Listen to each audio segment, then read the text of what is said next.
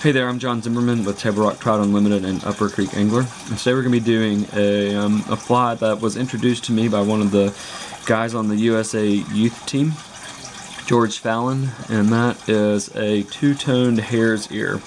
And I'm going to tie it slightly differently than the way George showed it to me, but we're going to use a fluorescent orange thread here.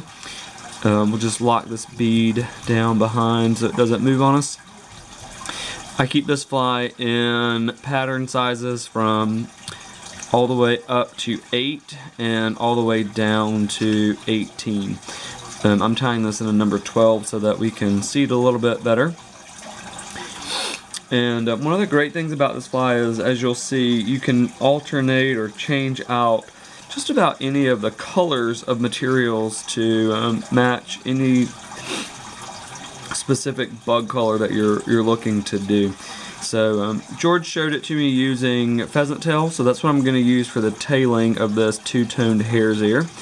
Some regular natural colored pheasant tail. Certainly if you wanted to alternate that up, you could use any of the multiple colors of pheasant tail, dyed pheasant tail that are out there. The ribbing for this is going to be metallic sulky. Again, if you wanted to add a different flavor to this fly, you could certainly do that by adding in a different color of ribbing.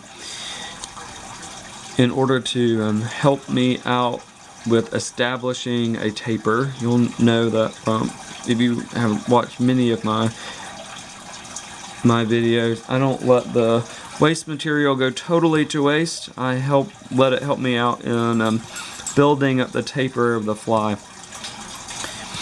So working on a taper just a little bit before adding the dubbing to this will help me out. Not that it's going to make much difference at all. What I'm going to be using for the dubbing on this is the Orvis Natural blended fur dubbings, and this is in light hare's ear. I'm just going to put enough on here to create the body of this fly. We're going to use a different color for the collar, hence the term or the name two-toned hare's ear. Certainly the Coq de Leon feathers are super popular, and you could have easily used those for the tailing material. I use the pheasant tail because that's the way George showed it to me, and we were working on a project together over the summer.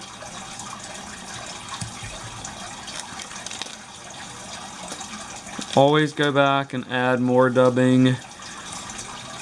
It's not a lot of fun to have to take dubbing off of a fly. So you can see, like right there, there's a little ditch.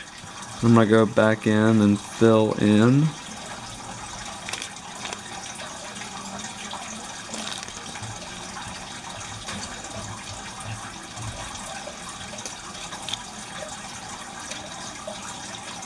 Bring this right to the top.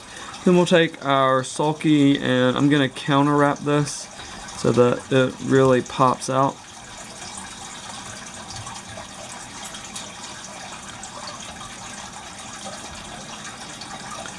For the head of the fly, you could do one of two practical ways of affixing the alternating color. You could just dub it straight on, or you can do what I'm going to do, and that is to create a dubbing loop. The dubbing loop will give you a much buggier final appearance than just dubbing it on. The color that I'm using for the thorax or the collar, however you want to view it, is the bloody red black or red bloody black. It's a really good contrast. If you didn't, I'm not a big fan of thread splitting. Maybe I haven't practiced it enough, or just am not facilitative enough with the process.